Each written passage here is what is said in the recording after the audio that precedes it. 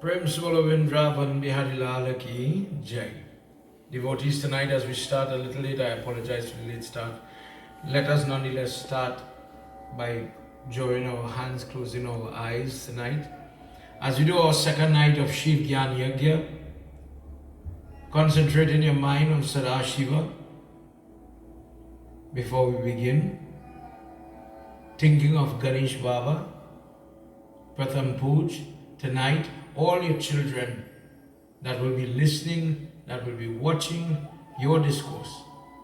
Bless them and remove the obstacles, the hindrances from their life.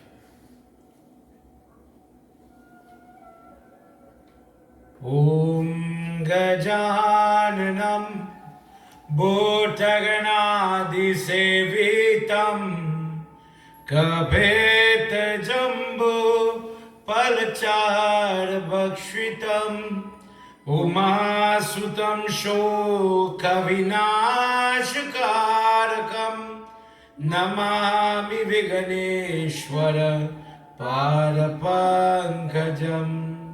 Now we concentrate and we call that Adi Shakti Mata, Durga Mata. Mother, may you please accept our invitation tonight. May you please bless your children tonight. For those people that are ailing, for those people that are sickly, stretch your hand, Ma, and bring help and health to each and every one of them. Sarva Mangala Mangalye Shive Sarvartha Sadhike Sharanye Trayambike Gauri Narayani Namostute. Prabhu, as I worship my Guru, as I bow to my teacher, as I bow to my parents, may you bless them, dear God. My Gurus are you. Guru Brahma, Guru Vishnu, Guru Devo Maheshwara, Guru Sakshat Param Brahma, Tasmai Shri Guruve Namaha. Prem Savalomapati Mahadeva Ki Jai. Siddharam, everybody, and welcome to tonight's discourse, our second night in this, our second year in this Shravan month. We had done last week 3 nights, and last night in our discourse we had done another discourse of Lord Shiva. We went through Shiv Puran, we went through the Rudraksha Jabala Upanishad, and in it we learned about the introduction, the history of where the Rudraksha came from. We heard about Harshad number, the 108, and the value of it. Tonight I want to remind those of you who are watching to leave me a comment and please share this satsang so that people are going to hear this wonderful discourse that we are about to touch tonight. Tonight we enter the very beginning of the Vayavya Samhita, the second part, the lower part. This section of Shiv Puran, Uttar Bhaga section. And then we're going to touch a bit in Bhagavad, a little bit in a text called Samba Puran, all tonight. And before we close, we will talk a little more about the Rudraksha bead for the benefit of all those looking on tonight. Tonight, before we venture into our discourse, please draw your hands, all devotees of Lord Shiva. In your mind tonight, as we talk to him, let him stand in your home as you're about to learn about him. Again, you're going to hear another wonderful discourse now. You're going to see the part that Lord Shiva plays, and by seeing it, darshanam, shravanam of the different types of bhakti that exists, you are watching in your mind, you are seeing the Leela play. Lord Shiva is doing his work. and you're listening to the words from the text, and as you are engrossed in your prayer for the devotees out there, you relish it. For those that are learning about God and their devotion is growing, as you will hear, the information, the history of God will inspire you. As you learn more and more, as you practice Gyaan Yoga, Sankhya Yoga, we call it, the knowledge part, where I want to read, I want to know, I want to learn, I want answers about God. I want to know where is God, who is God, and I'm searching, I'm seeking God. That is a form of prayer as well. And when that Lord Shiva is ready, just as how last night Lord Vishnu was offering his flowers, he was doing different type of prayer, and Lord Shiva was waiting until the love and the devotion inside Lord Vishnu had grown to a certain amount, and then he was ready to have the darshan of seeing.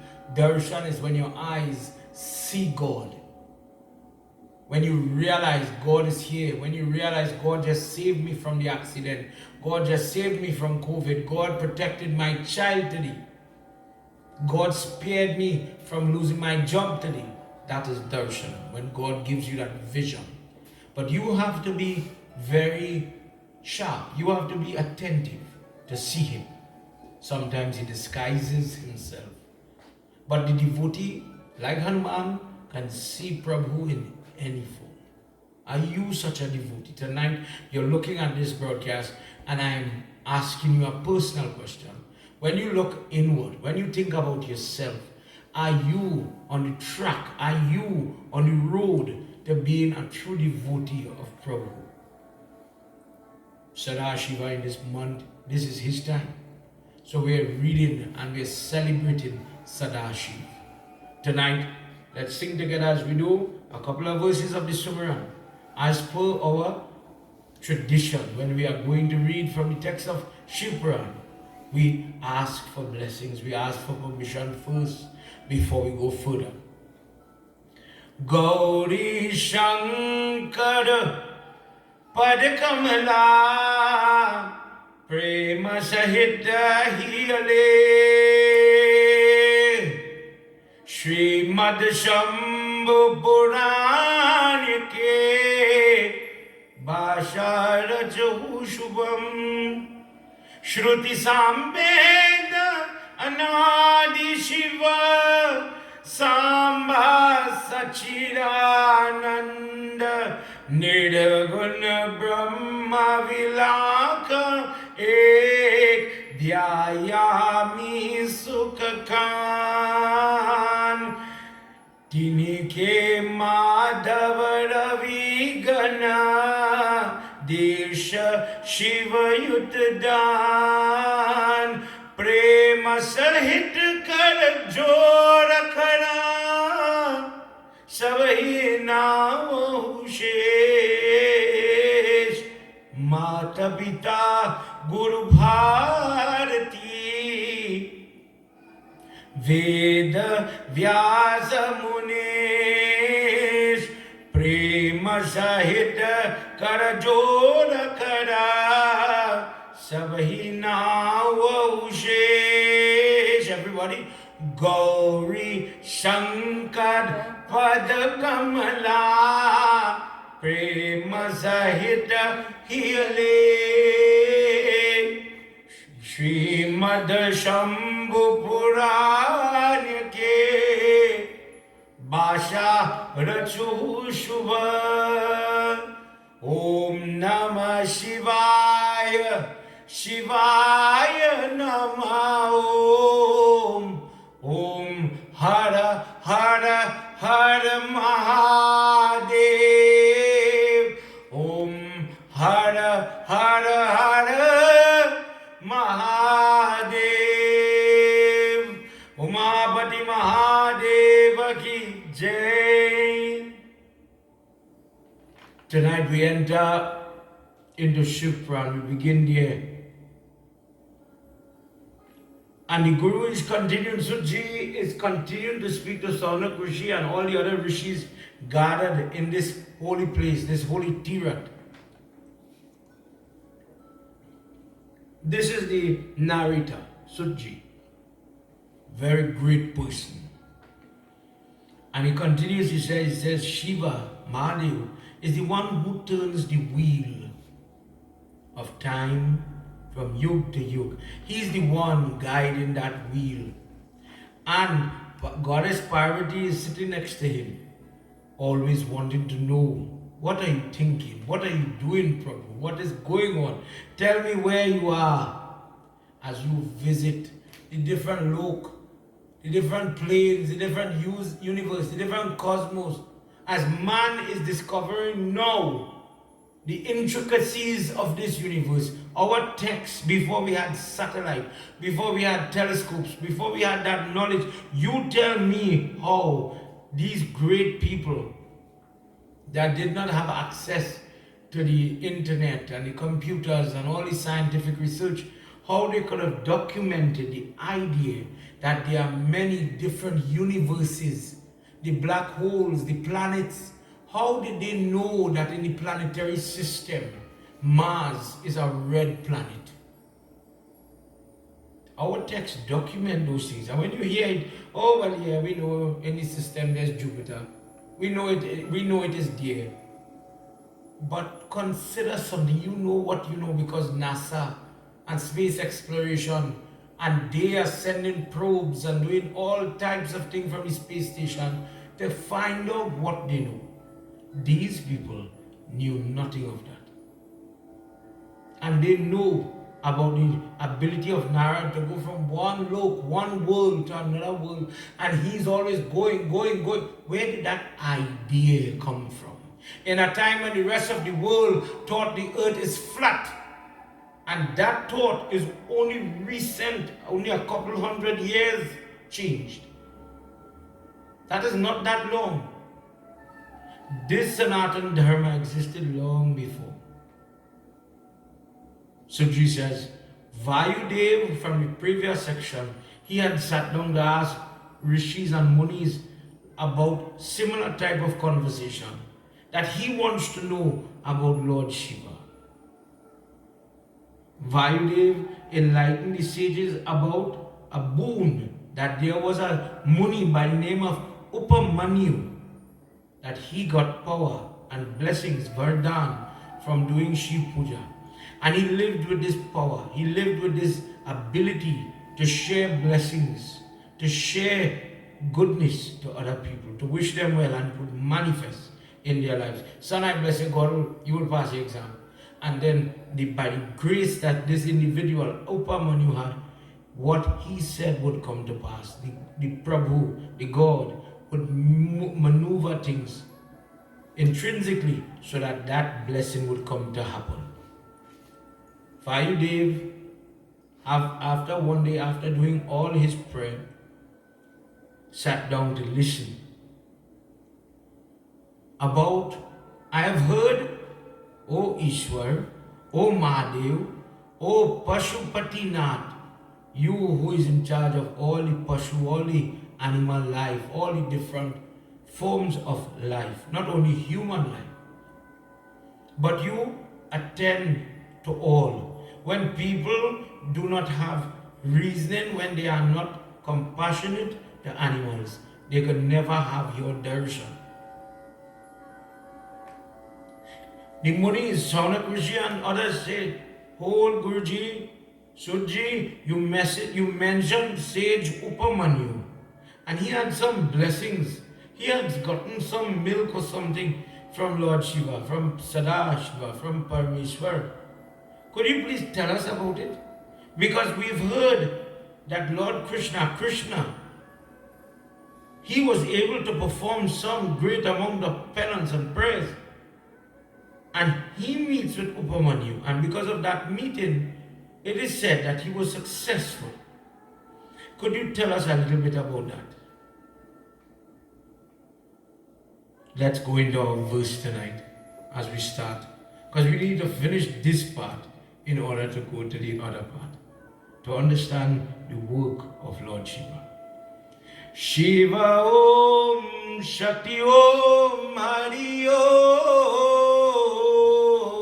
Om Narayanaya Krishnaya, Narayanaya, Krishnaya, Paramatmaya Namo Namah. Narayanaya, Krishnaya, Paramatmaya Namo Namah.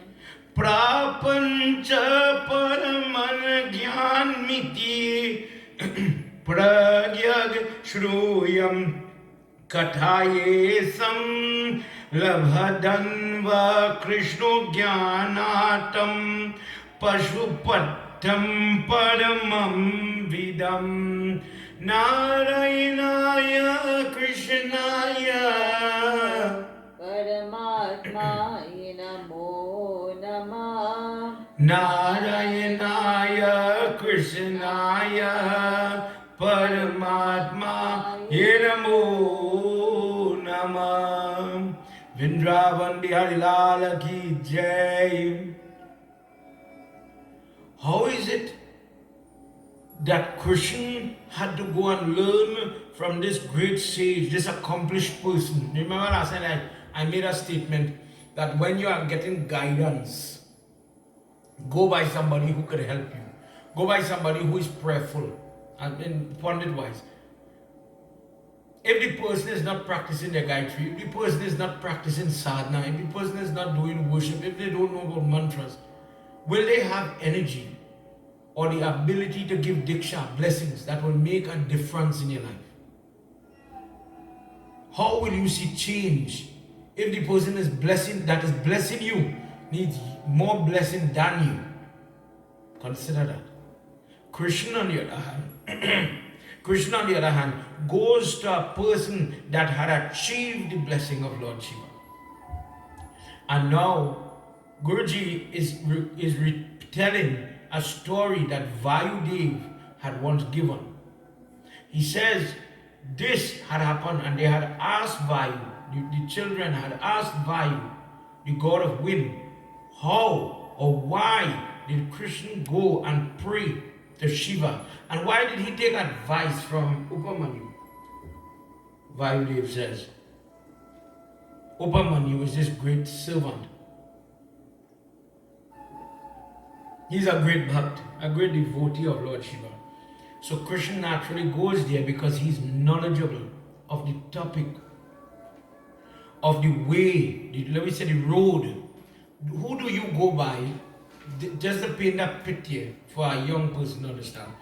If me and you have to go on a journey on the car, do you take advice from somebody who cannot drive the car or somebody who could drive the car? Do you take advice about the roadway from somebody who has never gone there or somebody who has gone there before? Knowledge. He said because of that, Krishna had taken the opportunity to get the information, to get the knowledge, the art of winning over the blessings of Shiva. And this is why he went there. Guruji, but why did Krishna go there in the first place? He says Krishna wanted to have a special son. Listen tonight to this secretive discourse. How much times have you heard about this? The backstory of this is found in Bhagavad. In Bhagavad, a king, Sarjit, had a Samantak gem, big huge gem given from the Surya and Swami, had given this king this reward. And he was walking and people would see it and jealous it and wish and harm. They could have it. So he had gone to the forest and somebody kills him. An animal kills him. And this animal now is destroyed by a bear because it came too close to the cub. But when people are not seeing the king, they accuse Krishna, Lord Krishna, that you saw that gem and you got jealous of him and you killed him somewhere. So Krishna now embarks upon a journey into the forest. And Lord Krishna wants to find a guy to save himself the bad name then. Going, he comes to a little child, and I'm summarizing for you. Comes across a little girl playing, but she has the gem, like this mother, this red part, a huge gem. She has the gem around the neck, then she took it off, and she's twirling it and playing with it as if it is just a toy. So Lord Krishna walked up and he says, "Dear one, where did you get that?" "Oh, let me say Aja. Aja gave me this." And the bear is the Aja. When in real life, if you go too close to a cub, a baby bear, as harmless as the baby is, the mother is never too far away, and she's very protective, very territorial. You cannot come close. And in real life, that bear will rush you. And the same thing happened here. This bear rushed out to protect its cub. But who was the bear? Remember in Ramayana Sundarkan, they're standing at the bank of that sea, and Jamwant is the one who reminds Hanuman, you have the inner power, you have that intrinsic blessing to, grow and fly. You can do that. You were put under a spell to forget it because you were too naughty. Jamwant remains upon the earth. Lord Vishnu tells him in the form of Sri Ram in Ram Gita of the Ramayana, I will come to you, I will play with you, you will have my blessing. And Jamwant now has family, growing family in this cave. And Jamwant sees Krishna, doesn't see Ram, he doesn't see Vishnu, and he rushes. And they get into a fight, and they are fighting for some time, day and night, day and night, day and night. And after a while, they have to call a truce, but a good little while had passed. The gem is returned to Krishna as he wants to take it to court to show everybody and to tell them what had happened, that this person was attacked by a lion, no fault of him. Jamwant says, would you please do me the honor, my dear Lord? Because Jamwant started to cry when he did eventually show him the Sri Ram form. When he watches again, he sees Lord Vishnu. When he watches again, he sees the Krishna form. He says, Prabhu, I have a daughter now. Please marry my daughter and know that by allowing me to do the Kanya Dan, to do the ritual, I will be blessed, I will be happy. So Jamwanti is the daughter of Jamwant, and in that moment she gets married to Lord Krishna and they go back to Dwarka. In that place, in our text, Jamwanti sees Rukmani, she sees Satyabhama, everybody is making babies. Everybody has kids for Lord Krishna. Pradyamuna, different. Kalindi, the daughter of Lord Krishna, is Kalindi. But Jamwanti at this time does not have children. So she comes humbly to her husband one day and she says, Prabhu, I want to have a child, but I want to have a powerful child. I want to have a child with a purpose. Look at the words, purpose. I want to have a child that will be remembered. Krishna smiles and he says, no problem. I will go and do prayer to Sadashiva to get the type of child, not any child, but the type of child you want.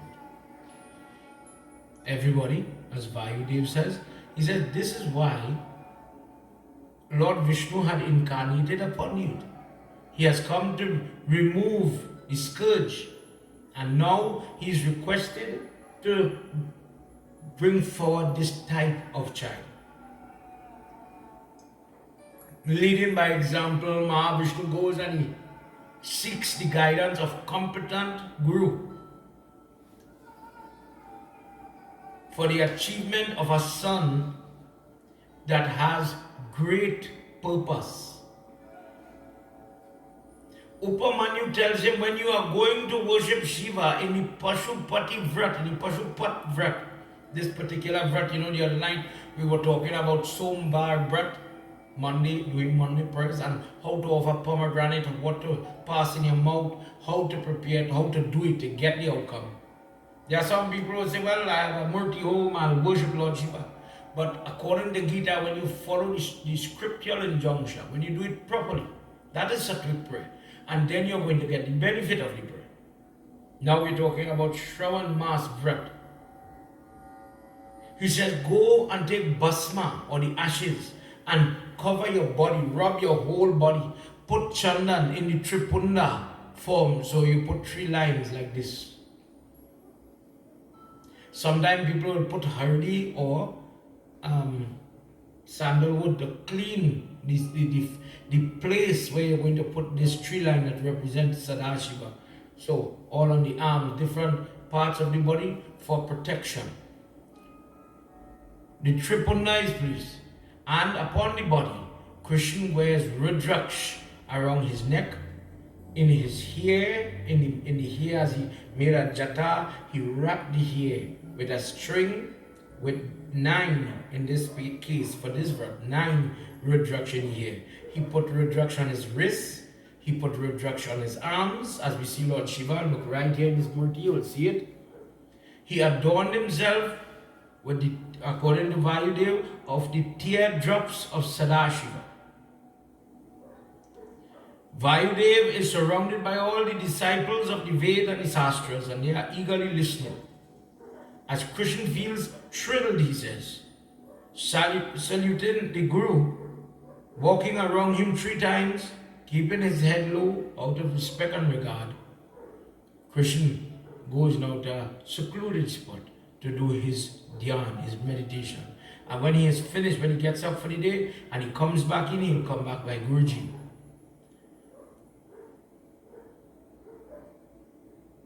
Let's hear what happens in this next verse.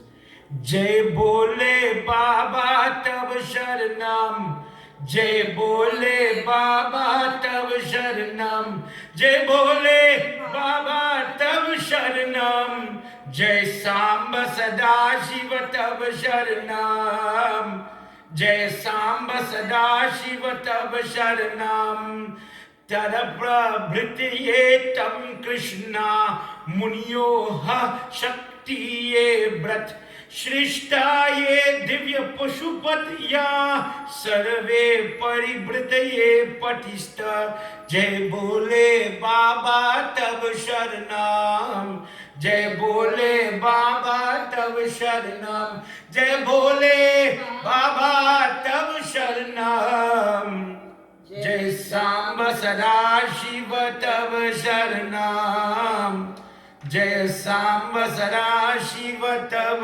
Sharanam, Umapati Mahadeva Ki Jai. And every day Guruji is critiquing his method, his pronunciation, everything about Krishna's worship is critiqued by Upamanyu Muni, telling him how to for example, if when we sit, we cross our legs on the ground, this being your knee, right? We cross like this. But when you're doing certain type of job, Sukhasana is where, again, this is your knee, you bow your feet and under your feet touch the other foot like this. This asana is used to create a closed circuit, as it were, when you're doing job. So Guruji is teaching Krishna to use these postures, the mudras, how to hold the jap mala and do your prayer. When you come home, what to bathe with. So he is advancing himself with teaching. At the advice of the preceptor, Shri Krishna, possessing great prowess of his own, performed penance for getting a son, adoring Sadashiva and Goddess Parvati. Because of that tapasya, 1 year of worship had elapsed, and Lord Shiva with great splendor appears before Krishna. Parvati and all the Ganas appear. Krishna, seeing Shiva appear, he bows down humbly and starts to worship with feet. Padma Sevanam, That type of devotion where I bow. What did we love? The feet of the Lord.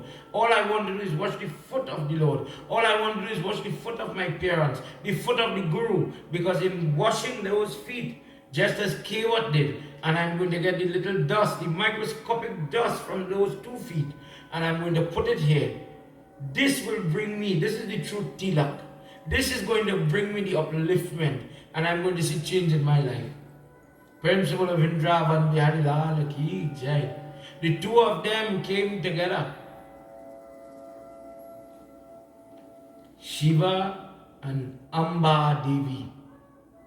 And he says to Lord Vishnu in his Krishna form, because of your hard work, because of your diligence, O Vishnu Bhava, I will come as your son. Today me and Amba have come to bless you. So that person who is coming is going to be called Samba. S-A-M-B-A. Amba and Sattva Shiva. This is what we will name this child, Samba. And my role will be very intricate, very involved in your Leela. Vayudev says, listen devotees, listen children, I have now narrated to you the benefit that Krishna derives from doing the Pashupati Vrat. To get his son, he got the son. The person who recites this on a daily basis gets more and more blessings from the wisdom of Lord Vishnu and the joy of Lord Shiva in this world. Vrindavan Bihari Lal Ki Jai. So then the children started to ask, what is this Pashupati Vrat? Why is Shiva called Pashupati? And they started to wonder, what did Krishna do? How did he do it? Vayudev says, the body of Shiva, you please, oh Vayudev, please enlighten us on this subject. There is no instructor, you know, the little mama guy. They have no teacher better than you, sir. Listen to the words of the sages. Vayudev asked Lord Shiva in his mind first for permission. In earlier times, Lord Shrikant Maheshwar had imparted the knowledge of this Pashupati Vrat to Parvati on the Mandachal mountain. The question was same then asked by Krishna. The same way Parvati Mata had asked. How could the Devatas be created as Pashu and how could Shiv be called Pati? Whatever has the sage Upamanyu narrated to Krishna, I am about to repeat that to you, O children.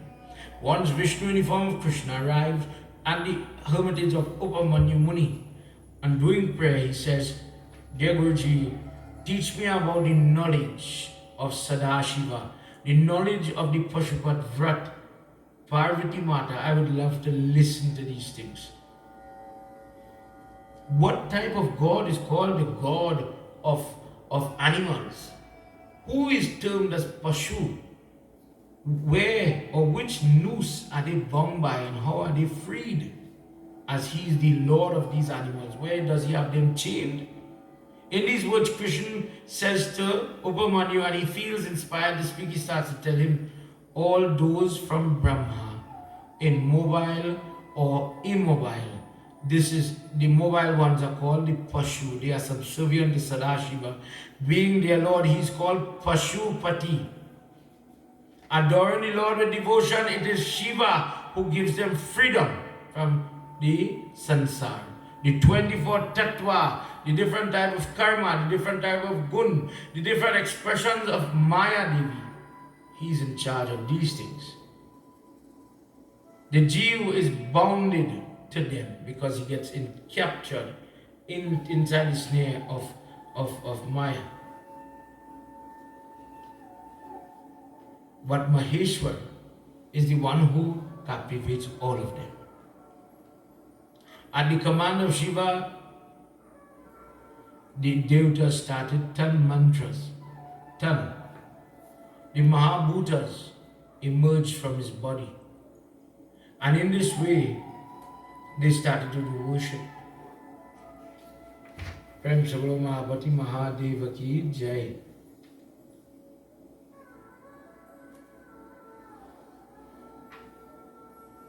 Let's hear what happens. Ya Devi Sarvabhuteshu Shakti Rupena Sanstita Namastasye Namastasye Namastasye Namo Namah. Atma Shrevamidam Krishna Shambho Ramitar Karmatam Agya Kritam Shruno Yashyate Suti Mukhave Maya Ye Yati Narayanaya Krishnaya Paramatmaya Namo Namah. Narayanaya Krishnaya Paramatmaya Namo Namah. Prem Subhavindra Bandhyad Lala Ki Jai. O Krishna, as Upamanu is teaching Shiva, teaching Krishna about Shiva, which has been searched in the Vedas, hear it from me now, listen carefully. In earlier times, the gods getting victory over the demons developed in controversy over who had caused the battle to be won. Shiva, taking an excellent form, appeased before them and turned to the form of Yaksh, shedding his qualities. Then they placed a straw on the ground, and whosoever could remove this straw, he would be treated as having been the one who defeats all the demons. He is most powerful. Listening to the words of Yaksh as he placed the straw on the ground, Indra getting enraged, holding rest on his weapons and so on, he wanted to raise the straw. And Mahamaya did not have the Vardhan to do that. Listening to the words of the Yaksh, Indra tries to lift, he can't lift. Smiling, he moves away. Unable to lift the straw, another Devta comes. All the different dusty Pal, Yama, Yakubir, all of them come one by one, anxious now. They want to have the credit. And when they couldn't move, thousands of them tried and they couldn't move. A great fire was ignited, which caused great flames. Wind started to blow hot.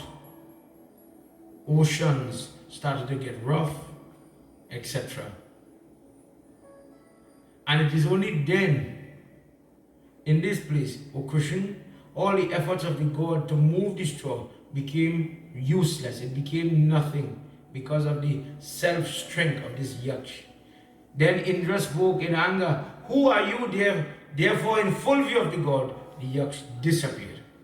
Thereafter, a goddess with golden complexion, adorned with all the nice things in this world, she appears in the sky watching. Irritated Indra that he asked her, bowing in reverence, "Mother, who was the Yaksh? Who was that person that put this test to us?" Then Mother said, "He is the one who is beyond your vision, and you cannot see him, you cannot touch him. He is Samba, Sada Shiva. He is the one who creates the beginning and the end of this story." And thus saying, the Devi disappears. The Devtas and their offerings, salutations to her and to the respective abodes, they start and they pray. Upamanu says, Sadashiva in the form Mahesh Murti pervades in the entire universe, comprising of mobile and immobile.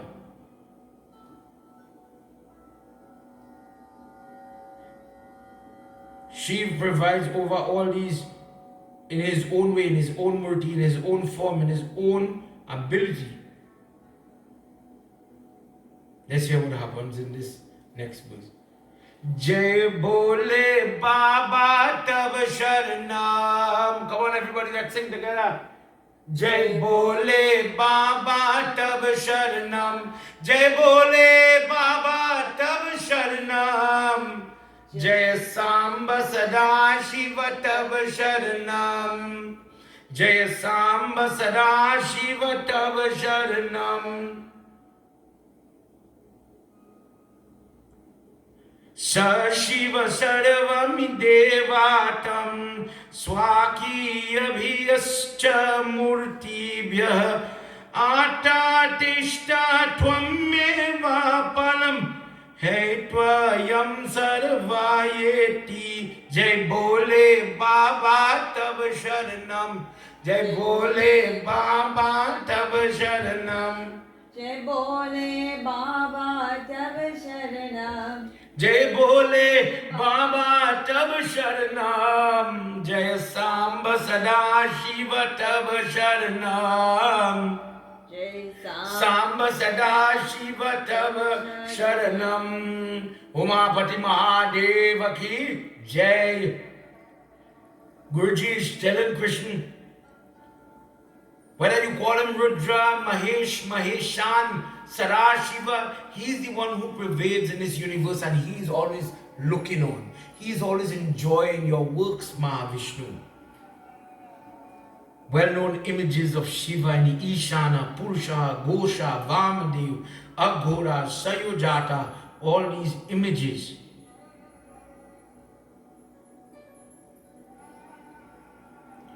are there for the purpose, that primordial one, that first one, Ishana, he is there. This is Shiva.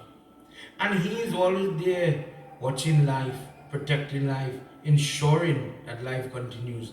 That same Shiva is Aghora, behind the trident, the one who presides over the principles of cosmic wisdom throughout this world, comprising the 8 parts of Dharma. In this way, Krishna is listening to like discourse, like you have puja, you're doing your vrat, and you want to hear a little story, a little something to help you, control the monkey in the mind. This is what is happening here. And what has happened? He does the Pashupati vrat. And as the children here, in no time, Krishna is able to visualize Ishwar and Mother come before him. And in that form, they present him with the blessing that soon Jamanti is going to have a baby. Prem Samal Vindravan Vyalala Ki Jai. Jamanti is going to have a baby. I bless you, O Krishna, but I myself will come as your son. That son that is coming. Now let's shift across to Samba Puran. Samba is the son. So Krishna goes home. After listening to that discourse, after listening to everything Upamanyu had told him, and then it happened that he saw Lord Shiva. He is inspired, he is blessed, he is happy, and in that positive way, he had the audience of Lord Shiva. So now he is ready to go home. When he goes home, he tells Jamanti, you could imagine the wife anticipating the husband's arrival. And he says to her, she says, what did you get? What did you accomplish? What happened? And he says, I got the blessing. And we are going to have a baby together. Rest assured, you're going to have what you're praying for.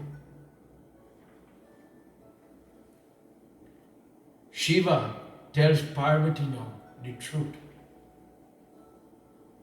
And he says, I have to go to play part, to be one of the actors in the Leela of Krishna. But I must manifest a blessing that will come. At the end of the Mahabharata war, let's go to Mahabharata now. Why is this going to happen? What is about to happen?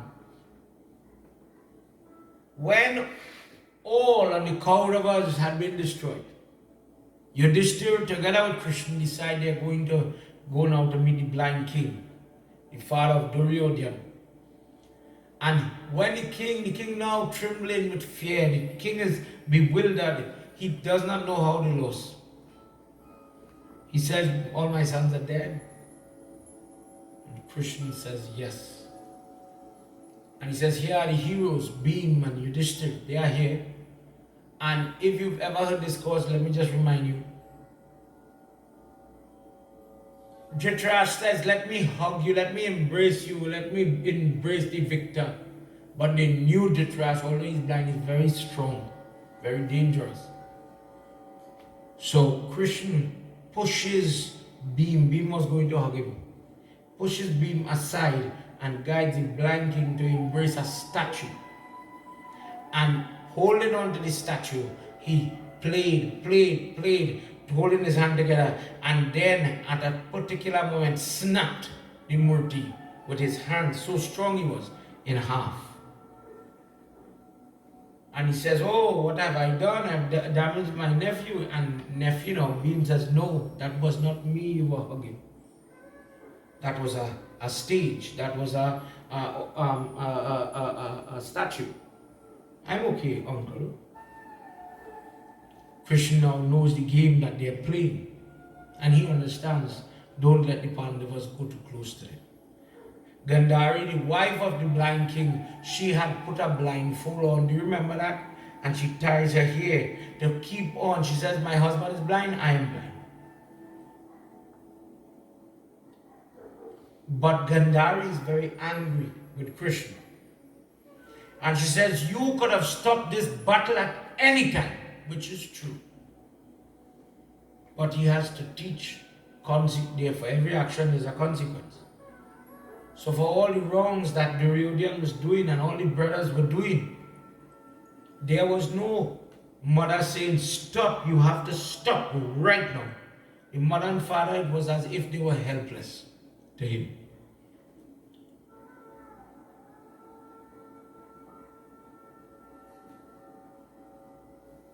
When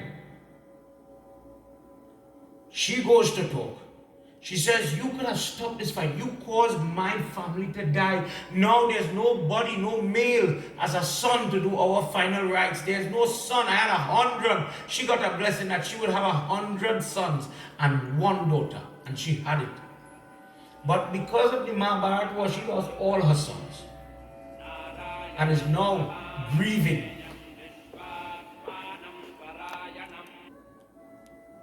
Is now grieving.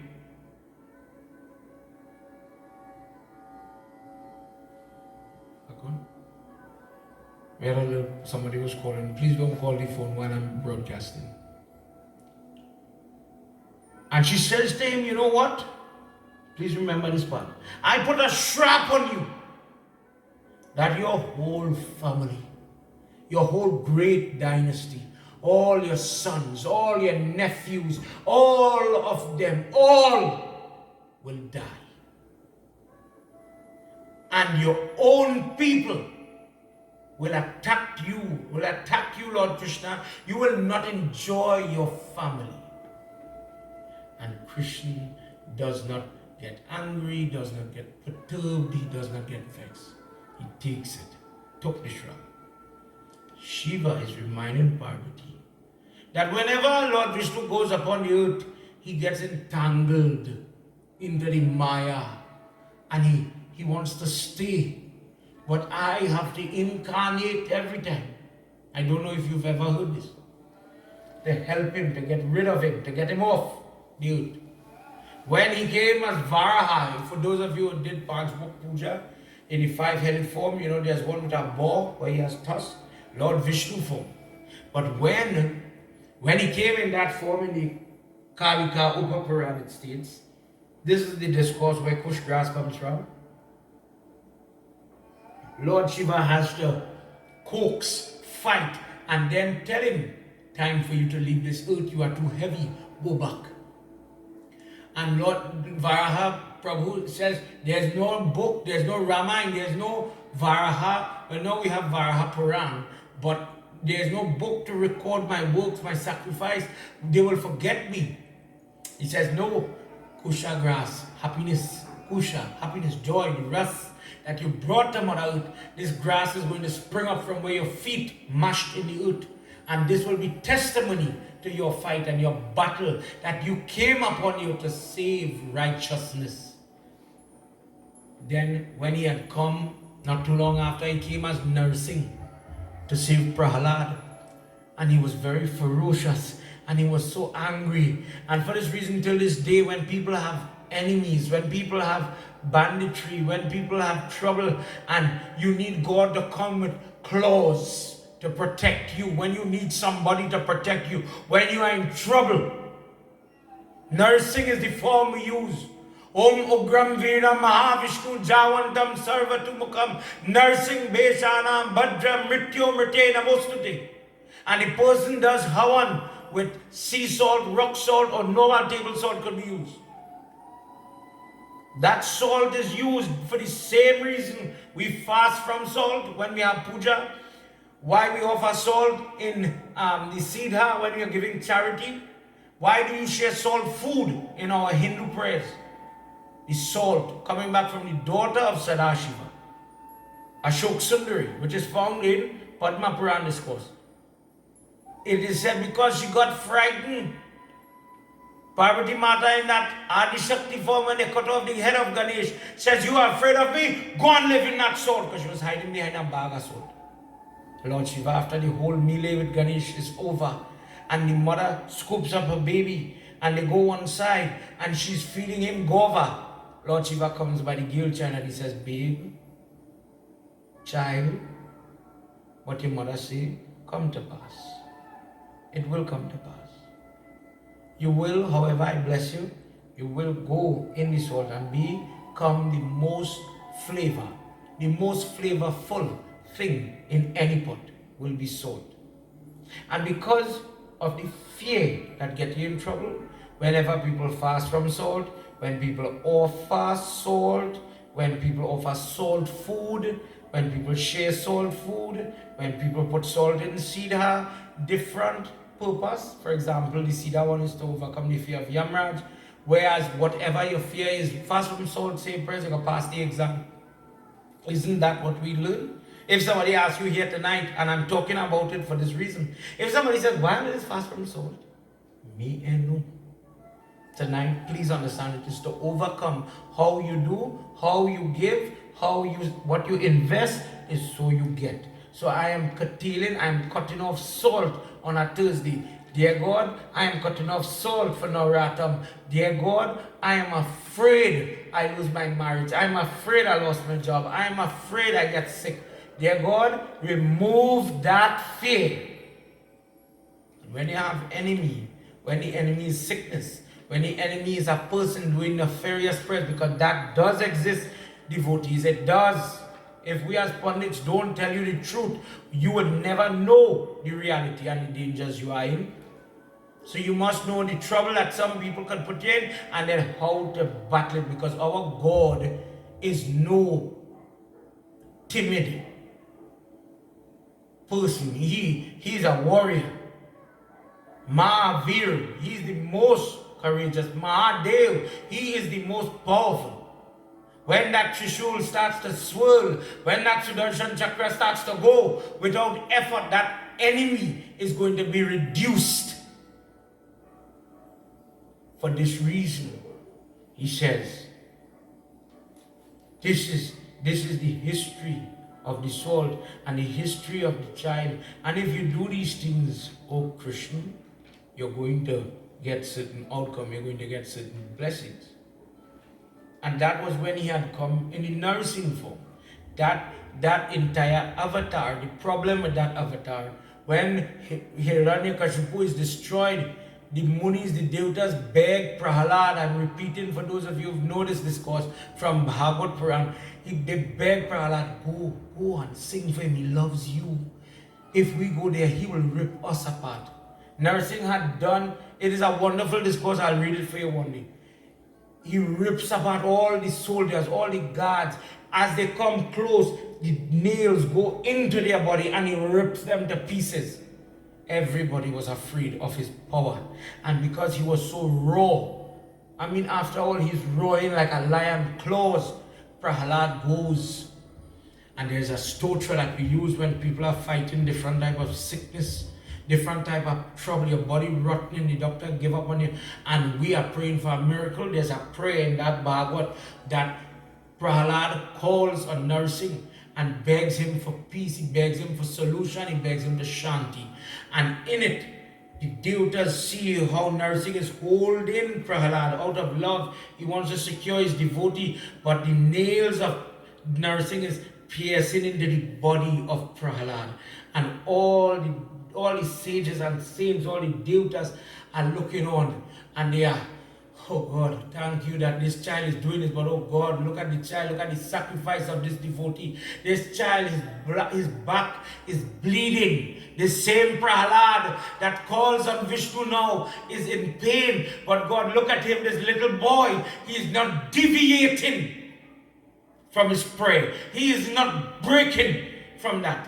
When Prahlad grows up, before we go there, Lord Narsingh is not leaving the earth. Lord Shiva comes in the form of Sarabhya or Sarabhya. That is another incarnation of Lord Shiva, where he has wings. Like a huge bird, he comes and he fights the lion in Narsingh and tells Lord Vishnu, you have to leave here, your work is done. Go. When Prahlad grows up to be a man, his grandson is called Bali. And that same Bali is the reason we tie this Raksha, the Mauli here on the hand. He is that Bali that you hear about. He had a Yagna, and Vaman, the other incarnation of Lord Vishnu, comes. 3 footsteps, remember that? Prahlad teaches his son still, pray, pray, pray. But the son wants to conquer.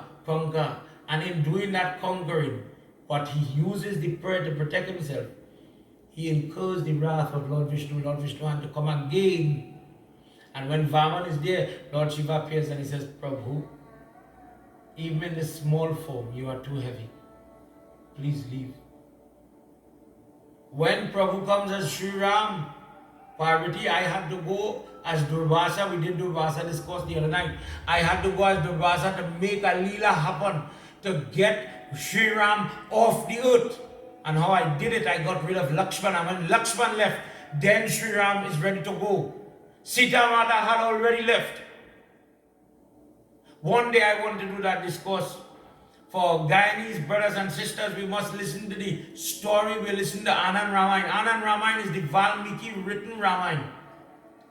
What happens to Ram after Lanka has been passed on to Vibhishan?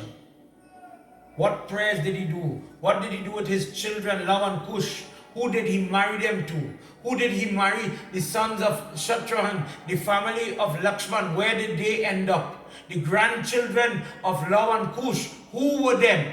Who were they? Sorry. For Guyanese brothers and sisters, I want to do that so that we could be a little more clear on the history of Prabhu Sri Ram. But that's for another day. He says, Parvati, I get to help him fulfill his rules. You are the goddess. When Lord Vishnu is coming upon the earth in discourse, it says, for the Krishna avatar, he asked Lakshmi Mata, will you support me in my crusade? I am going to wage war with the unrighteous upon the earth again. But Mother, you must support me. And if you support me this time, I will propagate the worship of Durga. After all, in Bhagavad Gita Parva of the Mahabharata, just before Arjuna says to Krishna, or the beginning of Gita, Adi Shakti Durga Mata is called upon. Krishna tells Arjuna how to pray. And Mother appears in the sky and she says, son, you are going to win. You have him as your charioteer. How will you go wrong? And even after that Mother blessing, even after that moment, he still loses his confidence. He says, no, he's on the earth as Krishna. He is now in need of me again. Goddess, look at what I am going to do. He came to pray to me for a reason, because he wants that son that will bring an end to the Krishna Leela. Have you ever heard this? Are you listening? Lord Shiva is about to incarnate as the son of Lord Krishna. He causes a text to be formulated called the Samba Puran. And in it, we are going to hear, what did Samba do? Samba does two major things. One, he gets cursed by his father. In the Samba Puran, Brihad Bala is expounding and talking to Vashisht Muni, the guru of Sri Ram. Vashisht Muni is a great person. He is besides being the guru of Sri Ram, he is the son of Brahma. His wife in Devi Bhagavad Puran, when Sandhya Devi is upset with Brahma and her brother Agni, Sandhya Mata goes and takes form as Arundhati, the wife of Vashisht Muni. And then when doing tapasya as the wife of Vashisht, Vashisht teaches his wife prayers. You know, people say women don't do prayers. In our dharma, the mothers are the teachers for the next generation. So the father knows the prayer and he passes that information to the mother so that she can imbibe it within the children. So I don't know how girls don't know about prayers. There's a time in, clean, unclean, that is clear. But there's no way it says don't teach girls.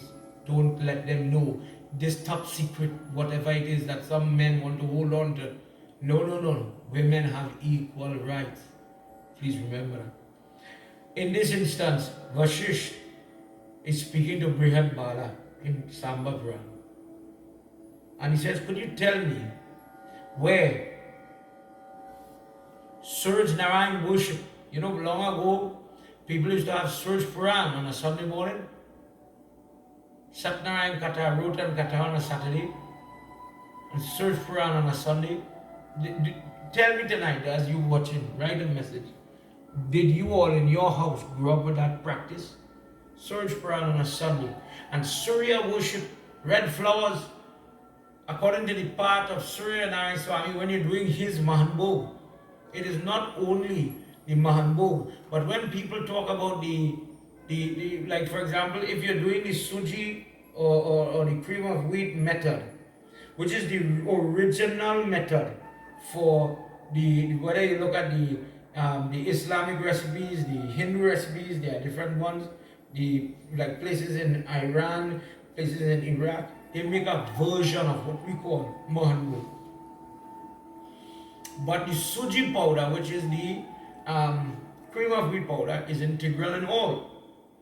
But the patched powder method came from Surya Puran Puja because you want the parasat to get a little more brown, a little colored. In this prayer, the reason for that color is because at the time when the laborers came to Trinidad, they did not have as much access to barley, to bran, mixed bran, maybe what we might call whole wheat flour, but more bran than flour. Those flakes are offered to Surya Dev for the purpose of circulation health, eye care health, blood pressure health. By offering these things to Surya Narayan Swami, a person is able to heal their skin when they have different ailments on their skins. Let's say you have psoriasis or allergic reaction to something, to get it under control, not cure. Let's be real. We don't have cure, but we have miracle where something could disappear. I've seen people get things under control. The doctor fighting, stabbing them with all the needles, trying.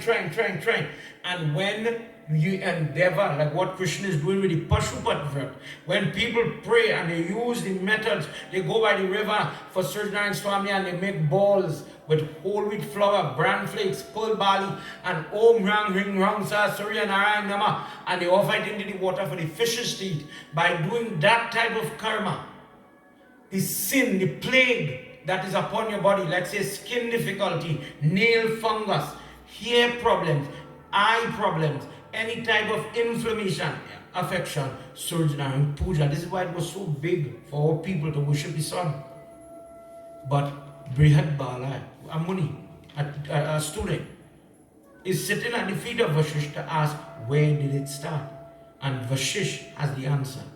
Samba, son of Krishna, is the establisher of this Surya Puja that we know about today. Why did the son of Krishna establish Bhaskar Puja? Why did he establish Datta? All these are different names. There are 12 names. 12 names of Surya Dev. But why did the son of Krishna, who, as it is told in record, he is so beautiful, he has the walk, the talk, the gait, the knowledge of a prince, why would he go and become like a Muni to pray to the sun? He says, Vashish Muni says, the 12th son of Aditi, Mahavishnu, had incarnated upon the earth as Krishna, and Samba was born as the son of Krishna, and that was Shiva incarnate. And when at one point Krishna gives a curse to his son to be riddled with leprosy, that same Samba came praying to Surya for help with this ailment. Brihad Bala wants to know, what are you talking about? Krishna had a son. Think about yourself, Sanatanis. Do you know this? You're listening to it.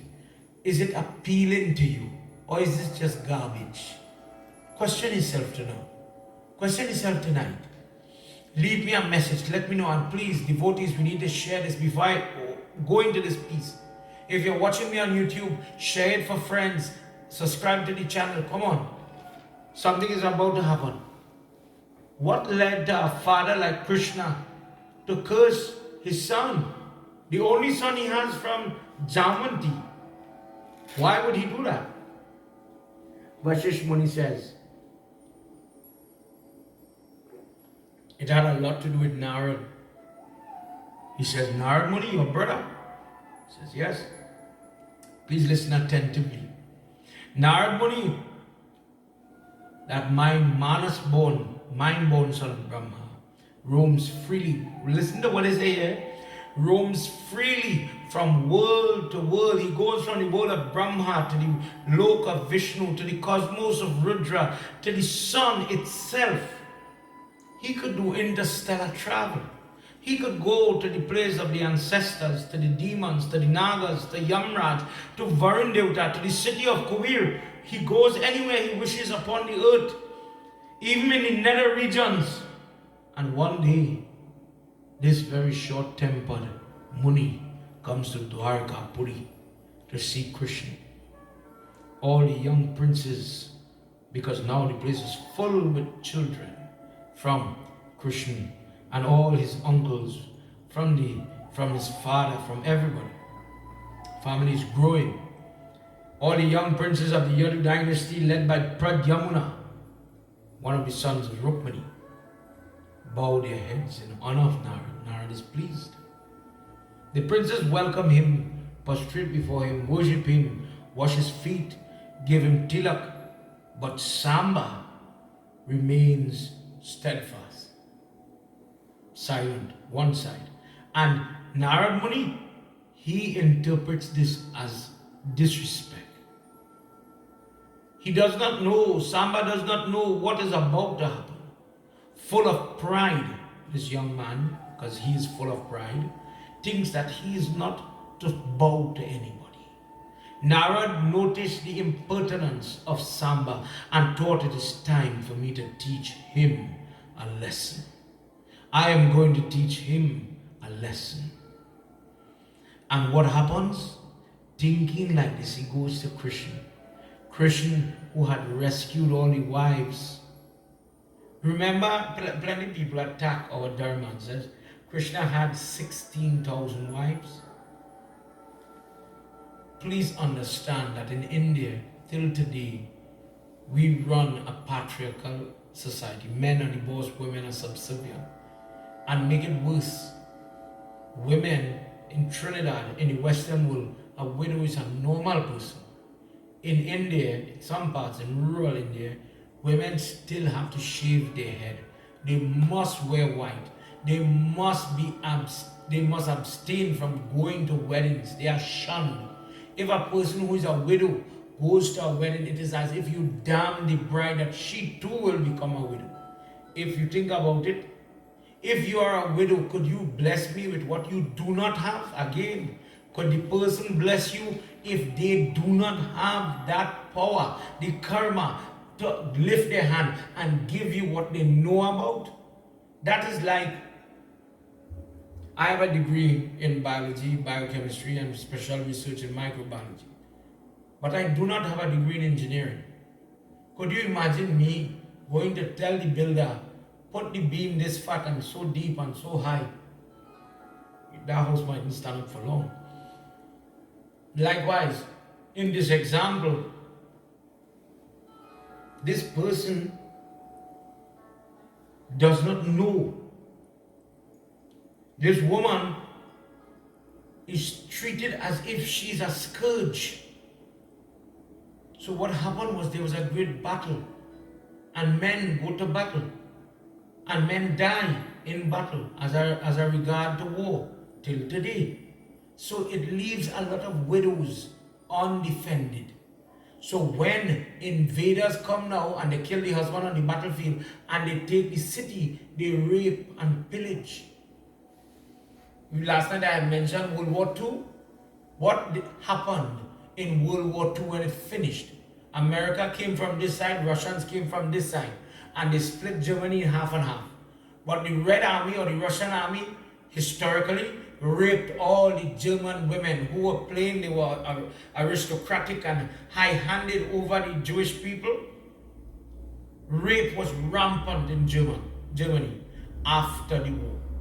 When Hitler loses the war, the German women pay dearly for what had happened, with Hitler and everything. This race of Russians, when they came, they were merciless.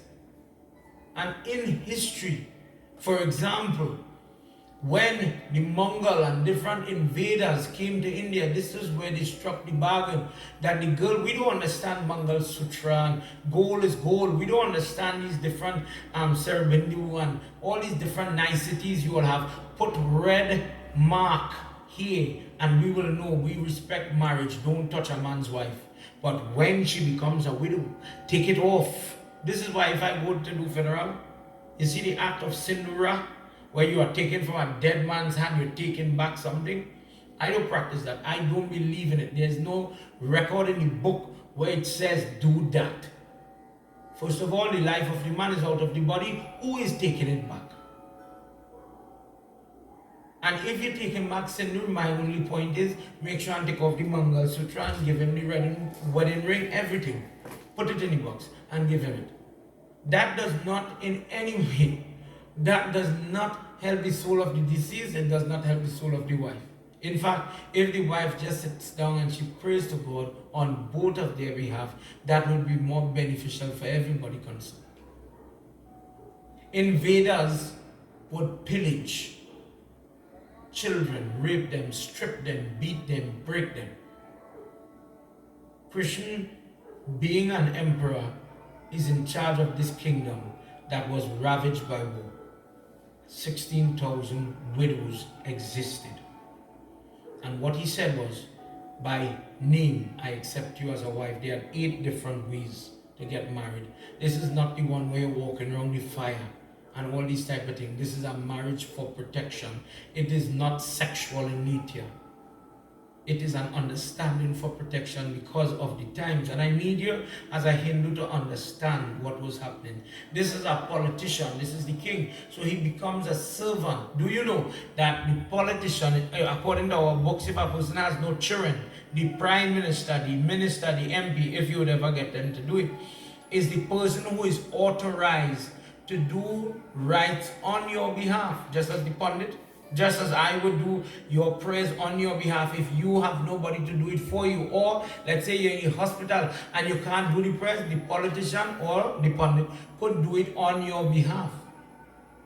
So Krishna says, I am going to accept these gifts on the basis of the need for protection, the need to save their lives, the need to save their children, and you will come and live in my kingdom and be safe. Give them houses and everything. And they existed as widows, living a life of prayerfulness because of those traditions in those times. So it wasn't, okay, I'm a widow, and I'm going to remarry. In fact, till today, there's confusion amongst our people Could I wear sindoor if I remarry? Could I do that? Because there is no divorce discussed in our text, and because the act of getting married twice is explained for men but not for women, there is a gray area and you are left to interpret. But because of the mantras, because of how I'll do it tomorrow night, I promise, prayer we're going to make sindoor tomorrow night for everybody. I want to show you what sindoor is. The big reveal tomorrow night. Sindoor is a mark, a sign of marriage. Just as you could wear a wedding ring twice if God put you in such a position. This is a sign of marriage. It does not make you married. Like the Indian movie, the poet and I mean you're married, not really. It's the devatas and the Vedi, when you walk around them, when you do certain puja, that make you married. When you do the Saptapadi, that make you married. The sindoor is just after we sign the registration and we do all the necessary puja, ring, Mangal Sutra, Tagpat, all these different things that are coming. And we need to understand this, and we need to stop ostracizing women in this way. You worship women in Murti, but you cannot worship women in life. Something wrong. Krishna leads by example. And he says, I accept 16,000 women. Live free. Be happy under my control, under my protection. Anybody touch all, come and tell me. Narad money goes to choke trouble. You never hear it. For example, when Sudama comes to look for Krishna, his head is in Rukmani's lap. In the last thing we was reading, what she named Jamanti wants a son from him. And he has these children. Tomorrow night I'll list out the sons, the children. It is there. Satyabhama wanted Parijat flowers when they were chilling in the ocean. Different things. And these explanations are given. So he has his real wives. And he had these for political peace, refugees that he was protecting. Please don't get tied up. People could misinterpret. And you see, when you don't know your religion, when you don't know your history, when you don't know your God, anybody could put a thought in your mind, in children's mind, and it will confuse them, I agree. In those times, you had to say, that was my wife, don't touch. Not only put the sindoor, but for your real wife, you'd have to put the sindoor. And she would have to cover her hair and show modesty. Otherwise, she's open game. So when they took off the sindoor now and she has no sindoor, you could rape she. You could kidnap she. There is in the eighth type of wedding, the Asura type wedding, you could kidnap somebody. You could take somebody. That is there. We don't do it, but that is there. It was done in different times. Didn't Ravan kidnap Sita and very normal wanted to make her his wife? It was accepted. Vasudeva has these girls, he has his genuine wives, and he has these girls under his protection, and he's very cognizant of their happiness and comfort. He doesn't want anything to happen to them. Narad Muni goes and he whispers in his ear, do you know your son, Samba, is watching the 16,000 girls? Do you know that Samba is watching Rukmani, Satyabhama, and these people that could be his mother? He is looking at them with sexual intent.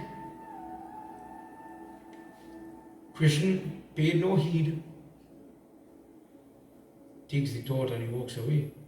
Narad goes now to chain up Samba and tell Samba, meet us in the garden and we'll have a satsang, we'll have a great discussion. Samba innocently comes. And he, in the movie Holidays Beat bareback with the dhoti and just the kanhawa around the neck, he comes and all the muscle and all the different things about his body, the girls lift their head as a man has walked in where they are bathing. In the moment, as they are staring at him, Krishna sees the change, the distraction in all of them. And he gets angry. He gets angry with his son, based on advice that Narada Muni had put in everybody's mind. He says, I put a strap on you that you are going to be riddled with leprosy. Immediately, his skin started to scratch. But he opens his mouth and he says, Father, it's Narada who told me you wanted me to come here. That's why I reached you in the first place.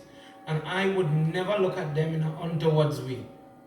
I was more in shock than in loss. When Krishna turns to Narada, he says, tell me the truth. Tell me the truth.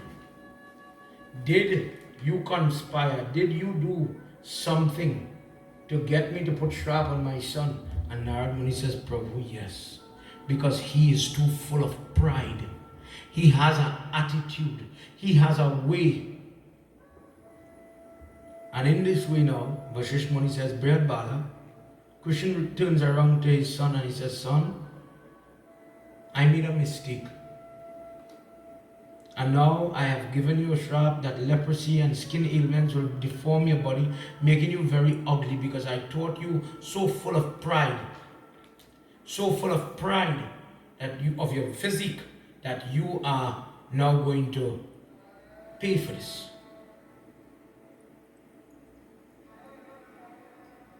The son is still humble. He says, but I bless you now. Go and worship the sun and you will be freed from this.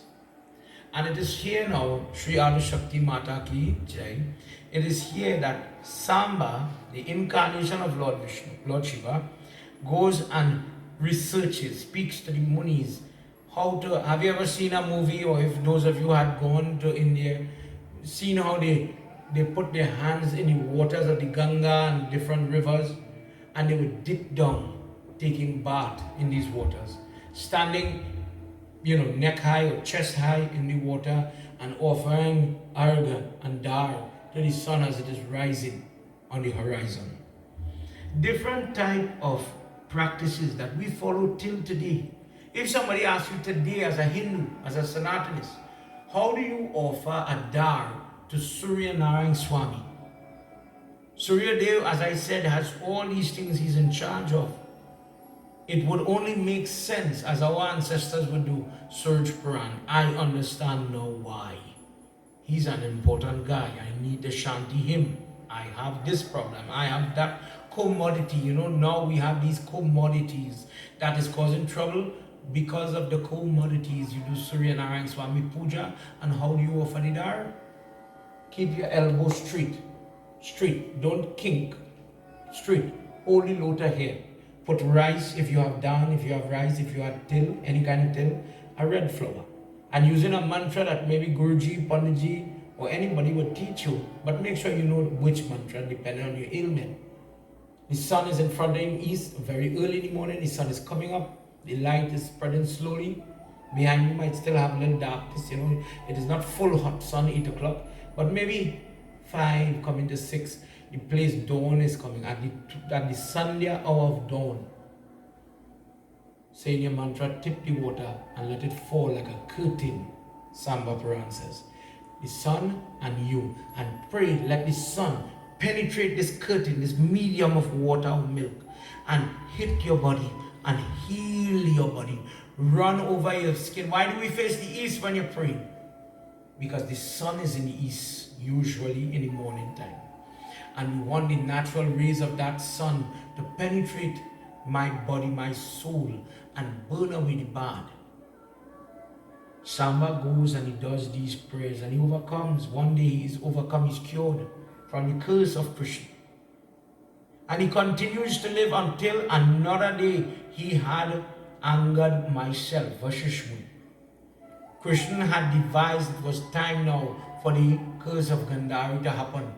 That his whole family had to die. Why? He had destroyed all the other fighters and bad boys in the world. But his own family became arrogant and very spoiled. It was as if, well, touch me now, my uncle is Krishna. My father is Krishna. You can't touch me, I will kill you. He will kill you. So they started to do what they wanted and they became the bad. So he has to leave the earth without that remnant of bad. So he calls a great council. Bhagavad says, in his great hall, he calls all of them and he starts to tell them that I see signs of Kali Yuga coming. Kali Yuga is coming. And when that conference was finished and they were walking out, Samba put a mortar and a pestle, according to Bhagavad, under the clothes dressed as a female, sari draped like this canawar, and dressing up now, putting mortar and pestle here, and says, oh money, in a female-like voice, oh money, if you are true and you have divine sight, no, he had put a pillow, sorry, remembering wrong. Could you tell me if I'm having a boy or a girl? I can't remember, I don't know, but you have divine drishti, tell me about it. And he got angry. Vashish Muni, you're testing me? He says, you will have a mortar and a pestle. Mortar and pestle. And that mortar and pestle will destroy you and your entire family. And this is what Lord Shiva incarnated to do. Samba and all the other children get frightened. They don't go by Krishna to tell him what had happened. They go by the old king Ugrasena, the Nana of Krishna. And when they go by him, Ugrasena tells all the workers, grind it, mill it. Because when he moved the sari, there was a mortar and a pestle now on top of the pillow. Grind it into powder. When it turns into powder, it will not be able to harm anybody. So they make imagine a bowl with powder, metal grindings, and they throw it into this pond where nobody could probably touch it. The fishes in that pond start to swallow these particles.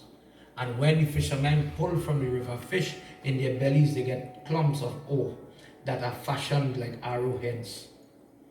The reed that is growing on the bank of the pond absorb the metal filings into their root. And the warriors make from that shoot, that reed, they put the arrowhead, and now the arrow is made. This arrow is used as they start to fight each other when Dwarka is being absorbed into the ocean. And Krishna witnesses when he says, oh desperados in Bhagavad, oh friends, oh family, cousins, uncle, don't fight about, they were quarreling who is the greater warrior. And Krishna says, don't fight amongst yourself, all of you are great. They turned on him and they said, Gandhari's curse is about to happen. You cheated us. You want all the glory. This is one of your tricks, Krishna. You want the fame. And knives and daggers start to pull. And Balaram says, little brother, step back. This is our fight. And if I have to go now, I go now as I protect you one last time. And Balaram and Krishna fight, and all of the family in the Yagna clan are destroyed. The arrows that were made from his mortar and pestle turn to adamantium steel when a member of that Yagna family, because of the curse, touch it. So now they are shooting arrows, and one by one, a puddle of blood, all of them die. Balaram goes to the water and he says, in Lakshman's time, I was the younger brother and I had to listen to you. Now, I, big brother, go again. Sheshnag is going. I wait upon you, Mahavishnu. Krishna is hesitant to see Balaram leave. Jumps on his chariot and is going, Bhagavad says. But because of the arrows Samba made, Krishna jumps off in an arbitrary spot and he wants to go by the Yamuna, the river. Bhagavad says he leans up under a peepal tree and he's playing with his foot in Yamuna. He told her, I'll come back. I will come back and play with you. When I came, I played with you the night he was born. And now it is time for me to go and play with you. But his foot is very sham. Sham Sundar. He's sham, he's dark. And that foot is wading in the water. And the hunter, Jara, is hunting. And he has that special arrow, but he doesn't know the potent, right? And he shoots the dark head. He thought it was a deer wading in the water. And when he shot, Remember that discourse where Lord Shiva came as Durvasa and he tells Krishna, the uncle, you didn't put the fermenti here. So this is vulnerable. And the arrow now that Lord Shiva in that Samba form is created penetrates the foot, and Krishna says, I can't touch it. In a different discourse, Jara is that same Bali from Ramayana. Sri Ram in hiding shot Bali, and now Bali came back in hiding to shoot that Mahavishnu. So when Jara comes out, he says, Prabhu, what have you caused me to do? And Lord Vishnu took from the two-handed Krishna form, he takes the Shank, Chakra, Gada, Padma, the four-handed form, the Lord Vishnu form. He takes that form, leaning on that peepal tree, bleeding. Blood is going into the peepal tree root. This is why we worship peepal tree till today. It absorbed the power of Krishna. Yamuna Mata is getting the blood, and Jara is crying. The weapons fall, and all Krishna tells him, you have done what I wanted you to do. You have done my bidding. You have fulfilled something that had to be done. Jara does not remember previous birth, when Bali laid lying, and the breath was leaving his body as he spoke to Angad and Tara. And he wanted to know why. Because he did not have enmity with Sri Ram. Now the karma comes to play. And Jara puts that arrow in place. And there is where the Krishna Leela stops. But who caused that arrow to form? Who caused that foot to be vulnerable? That same Sadashiva. Durvasa Rishi, Samba, now we have Narayan Puja, the secret of Surya worship. Because Shiva, Lord Shiva, the Guru of the world, wanted to reveal it to everybody. So in the Leela, he tells Parvati Mata, I released the secret in the form of this young boy. In the form of Samba. And for this reason, till this day, you will hear people say, Jai Samba Sadashiva. Om Samba Sadashiva. That is where that came from. Tonight, let your mind, let your heart be full to listen to all these different texts I'm talking about. I hope I didn't overdo it. But please understand the intricacies of your Lord Shiva. I want to jump.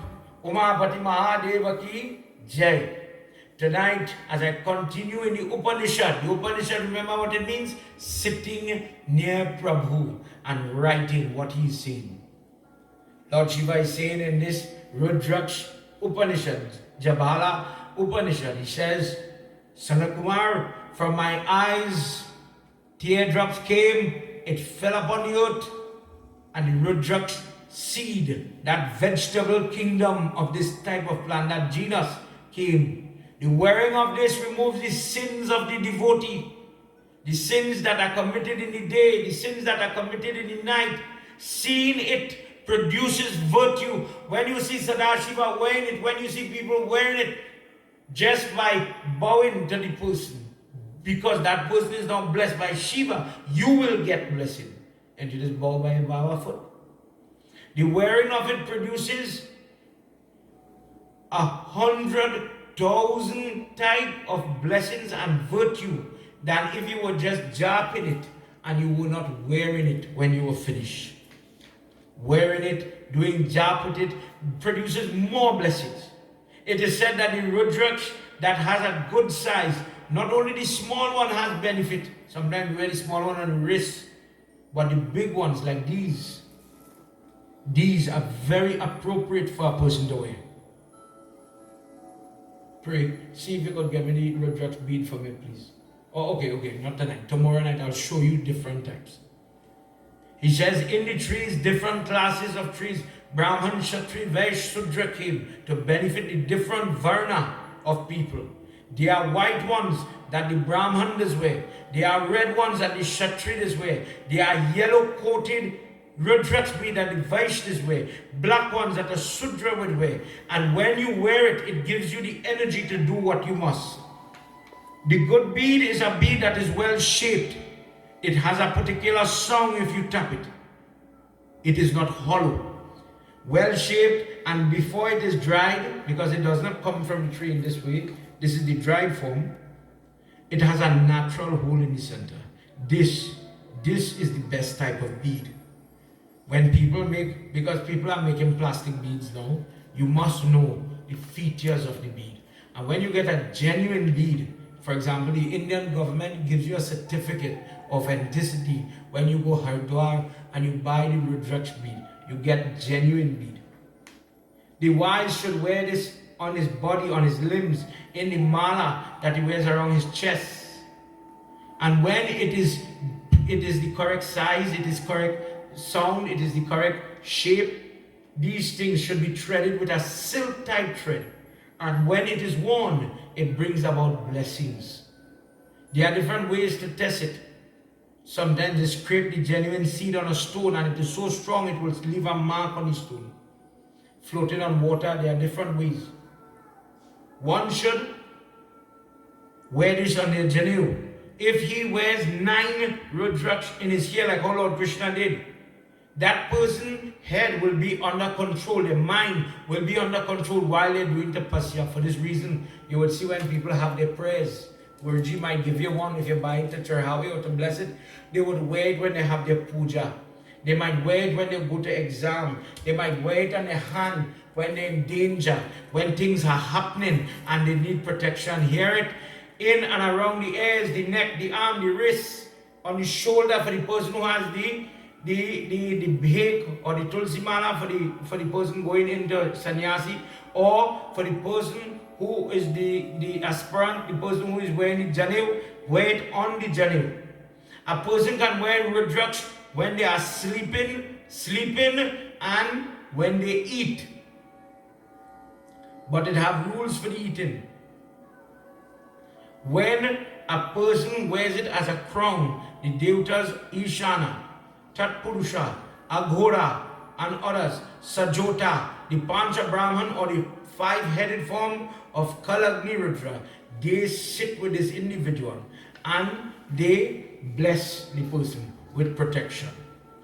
Whilst a person is in this way wearing the Rudraksha, there are rules that we're supposed to follow while you're wearing it. In terms of the diet, the person is not supposed to have meat when wearing Rudraksha. So be so guided to answer that question. Somebody asked me, can I eat meat and wear Rudraksha? No. Can I have my monthlies and wear Rudraksha? Yes. Yes. A person can be unclean, as we say, in that way and wear their Rudraksha. Let's say you have one in your ears for decorative purpose, not only japing purpose maybe, but the decorative type where it is not used in jap, yes, you could wear it. Prem Symbolism Jai. Tomorrow night, I will go into the different types. How do you hold your japman?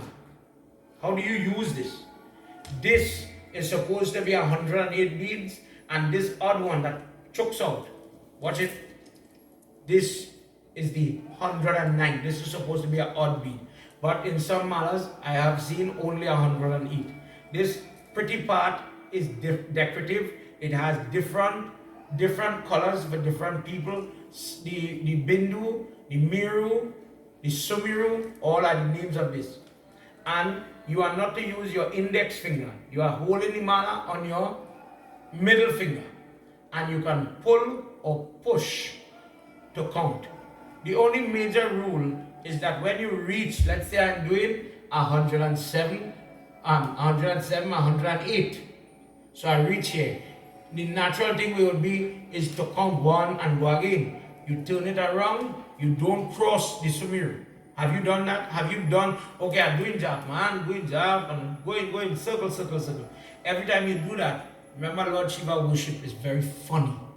There are rules where you cannot eat from the lingam, where you cannot offer broken bale. There are benefits by offering ash, strange things that you wouldn't offer in other prayers. And likewise, the Rudraksha, you do not cross this, or the jar, the energy, the potency that you're doing, you lose it.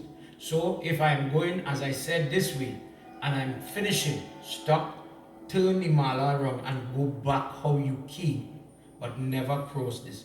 That is how you handle it. Simple. How do you clean it? How does the Pandit bless it? The correct way? I've seen people just say mantra and do that. The correct way? Remember we had mentioned Panch Gavya? You're supposed to dip this in milk, dahi, ghee, gobar, cow mutra or urine. Because we don't know who picked it. We don't know their mindset. We don't know how they were thinking when they put this together. I doubt they were doing prayers. People mass produce these things in India, truthfully, in Nepal. And they ship it to religious centers for sale. And tomorrow night we'll talk about the lines on them and different type. Tonight, as you learn about that Rudraksha, understand why Mahadev has them on his hands and his wrist. This is the garb, this is the dress of somebody that is praying. Do you wear them? If you're not, then you are not in the best way praying. This is one example of improving your prayer. I'm going to do puja today. Baba come in. Let me make sure and dress properly. The lady, we emphasize, put on your sindoor.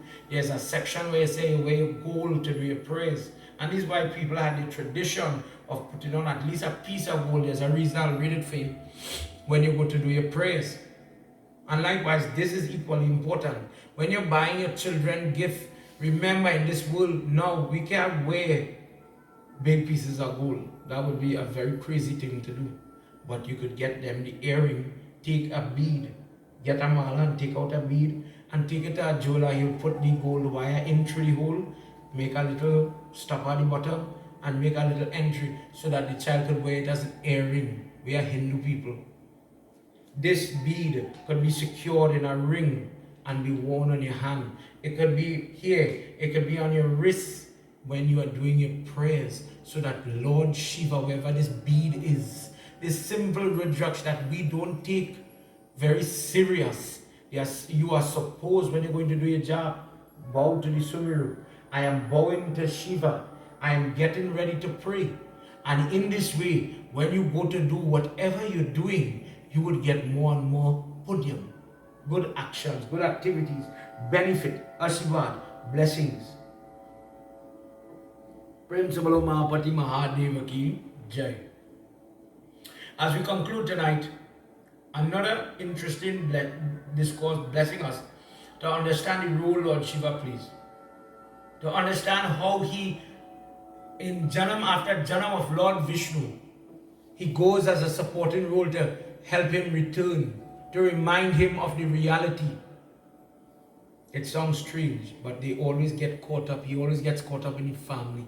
And this is why we have to do that family discourse of Sri Ram for our Guyanese brothers and sisters. For everybody's benefit also. He goes and he says, no, you have to leave that family behind.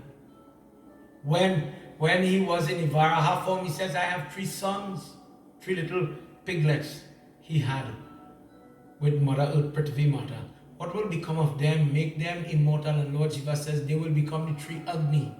The one in the puja, the one in the kitchen, and the one in the cremation ground. He gave all of them. When you hear about Kravyad Agni and Havyavad Agni, Dakshan Agni, all these Agnis, they were the sons of, in a nutshell, they were the sons of that Varaha, but blessed by Lord Shiva. When you hear of your Mahadev, when you hear these names, tonight I want to impress upon you the intricacies of Lord Shiva. When you hear of him, he is incarnating. There are so many forms. We know about Bhairav, we know about Virabhadra, we know about Hanuman, very common, but there are more. Lord Shiva is always watching creation, enjoying creation, in the creation, goes in the creation to spend time. As Mother is working her magic, as Lord Vishnu is working his magic, Lord Shiva, the true seeker, is around, inside and outside of this, enjoying it. And it is a different concept that Sanatana Dharma has, that God enjoys his own creation. That God is so big that the concept is not only the earth, and that heaven is right there above the earth in the clouds. It is much more than that. It says that the planets sit on the hair tips of the little hair that grows on the body of Lord Vishnu, under his arms. In Krishna's cause, they said under his arms, the darkness is where all the cosmos exists. Just like any idea that when Yashoda Mata opens the mouth of Krishna and she sees everything, inside his mouth in a baby form, so much. So as we in scientific world, we are discovering and seeing, we are discovering the creation of God. It is in tandem with our Sanatan Dharma. There's no deviation, there's no wandering. We believe in Om. From nothing came the Pranav mantra Om. Om. Today we call it sonic boom. Today we call it space, nothingness. Nothing existed, and then Om came, and from that ripple of energy, life started to progress. It works with our beliefs. It is so interesting. And behind it, to hear about Lord Shiva being involved, I hope it gives you a pleasant thought. I thought I know you, Lord, but there's so much more to learn. So much more to learn, so much more things to do, so much more things to understand. And every time you understand a myopic amount more, you are praying to your God. You are playing with Lord Shiva, and he's watching you like a little child creeping on the floor. Come in, you're walking now. And the parent is so proud, that's my baby. Imagine he said that to you. We learned about the snake, we learned about the Rudraksha, and we're learning about the Jata, we'll hear about this Trishul. We're learning about him. And this parent, if he would talk here, definitely talks here in your mind. He'll be so proud of you. You're doing a good job. You're learning. You're coming back. You're not going helter-skelter. You're not going all over. The Sanatan Dharma is like a spaceship taking you to heaven, taking you to God. And when you do it right, when you work it right, when you start to practice it, that aircraft is going to just take you where you want to go. But you have to know how to use it, make use of it, believe in it, trust it. Think about it, everybody. A wonderful night tonight. Thank you again for being with me. And if you're watching it on the repeat, God still bless you. I'm glad you had the time. Please make use of these videos. I've started doing these videos more and more since COVID started and we were in our homes. And I think that we want to support, because this world just got very small. As people are dying and numbers are raising throughout the world, in the States, it's looking scary. Please pay attention to what is happening around you. We cannot become complacent. We have to be on our guard. It is coming back stronger. Please think about it. Tonight, as we conclude, let's join our hands. And I want to remind you, tomorrow night, our last discourse for these 3 nights. And I will do the different type, and I'll show you some different type of Rudraksha, so that you'll be able to see it. The one-face Rudraksha, the Gauri Shankar Rudraksha, look out for tomorrow night. If you're with me, you'll see it. And you'll hear about the blessings. So when you go to shop for your mala, you might have an idea of what to do. And don't just choose one because that is what it has. Know the purpose, because there is a purpose. You will know it tomorrow night. Tonight, everybody, God bless you. Let's say our final prayer tonight. Tvameva mata chapita tvameva tvameva bandhuscha sakha tvameva tvameva vidya dravinam tvameva sarvam mama deva deva Tvameva sarvam mama deva deva. Om shanti shanti shanti hari om. Prem Sabalomapati Mahadeva ki jai. Pavana Putra Hanuman ki jai. Shri Adi Shakti Mata ki jai. Vrindavan Vihari Lala ki jai. Satya Sanatan Dharma ki jai. Jai Jai Sitaram. Sitaram, everybody. Good night. Have a safe night until tomorrow. Sitaram. See you.